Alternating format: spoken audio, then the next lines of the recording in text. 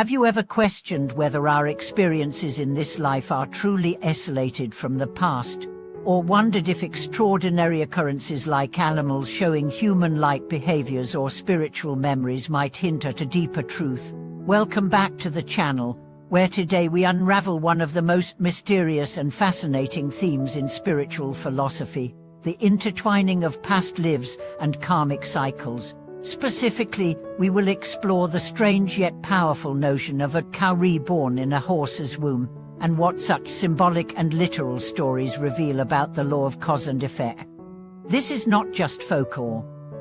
These are windows into the profound mechanics of karma, reincarnation, and the continuity of consciousness. From rural legends to real-life testimonies, we will examine how memory, behavior, and destiny may stretch far beyond the boundaries of this present lifetime.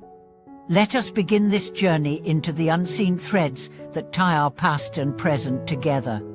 In the quiet countryside of a northern village, there lived an aging farmer named Mr. Lian.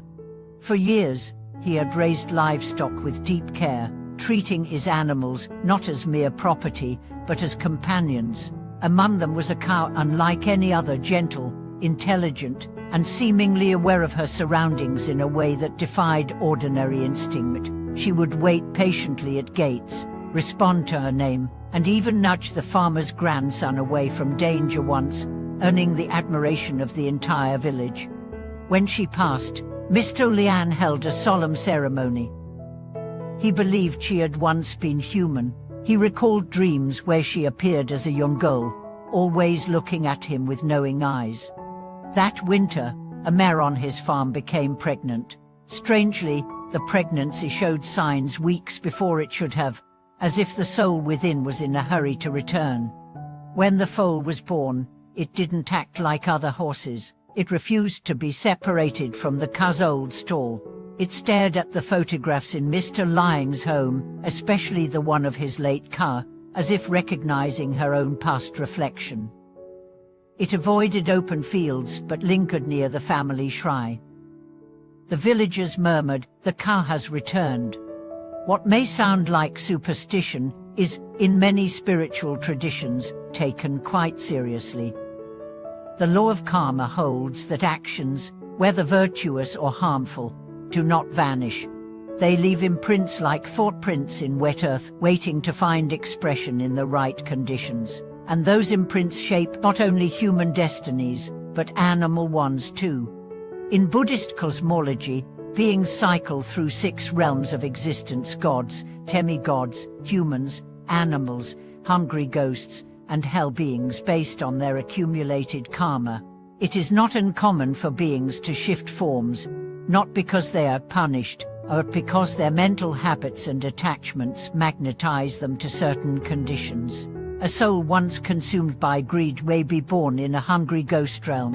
One filled with fear may return as a prey animal. One soaked in service and patience may find refuge in a body that teaches humility.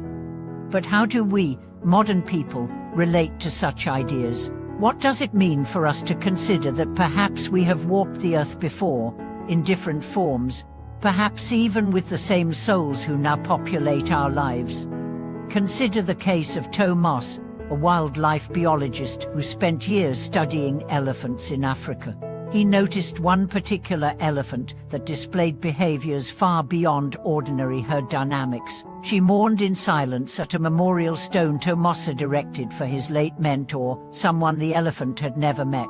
She would follow Thomas on his daily walks, waiting at exact spots he used to rest. She even mimicked the tone of his late mentor's flute, which Thomas sometimes played.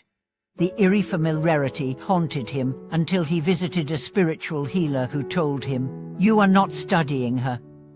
She's remembering you." Such stories are not merely poetic. They suggest a reality in which memory and recognition transcend bodies. This opens up a deeper contemplation. What does it mean to be responsible for our actions, knowing they may echo through forms and lifetimes? Karma, in its essence, is not about punishment. It's about continuity, about resonance. Just as a bell continues to vibrate long after it's struck, our choices continue shaping not just who we are, but who we become. The cow in the horse's womb becomes not just a myth, but a metaphor for how every life carries the potential of past intentions. There's an old Tibetan story about a man who abused his ox. When the ox died, a wandering lama passed by and said, "Be gentle with your tools. That ox will be your teacher in your next life." The man laughed, but in his next incarnation, he was born to a poor family and sent to a monastery. His teacher was strict, wise, and often spoke in the rhythm of bells and hoofbeats. One night, the boy dreamt of being tethered to a plough, guided by a farmer. In the dream, the teacher stood nearby, whispering, "You're learning now, aren't you?" Whether literal or symbolic, such tales underline the spiritual truth that life is a mirror. What we do to others, we do to ourselves sooner or later. So what can we learn from these stories? First, to be mindful that every action plants a seed. Not all will bloom immediately. Some may lie dormant, waiting for a new lifetime. Second, to cultivate compassion, not just for humans, but for animals and even environments. If reincarnation is true, the stranger you harm today might be your friend tomorrow or might have been your parent in a past age. This awareness transforms morality from rule-following into reverence. You no longer act kindly because you're supposed to.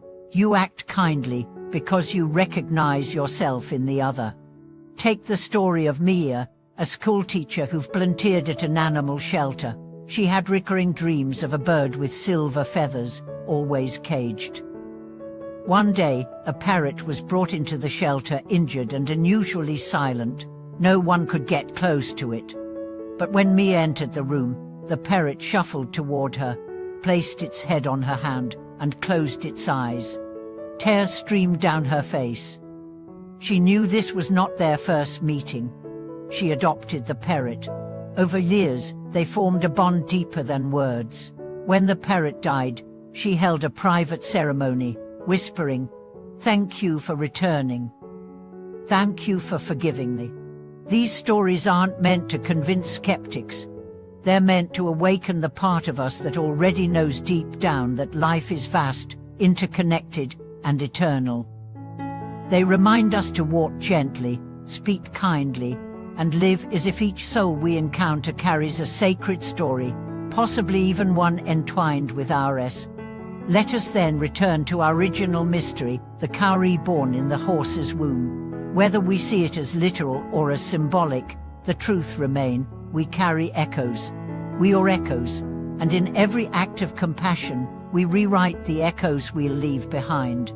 Thank you for watching this video. If these stories stirred something within you, if you've ever felt the whisper of a life before or wondered about the secret history of your soul, share your experience below. Like, subscribe, and stay with us on this journey of deeper understanding. Until next time, may your every step honor the lives you've lived and the ones you have yet to meet.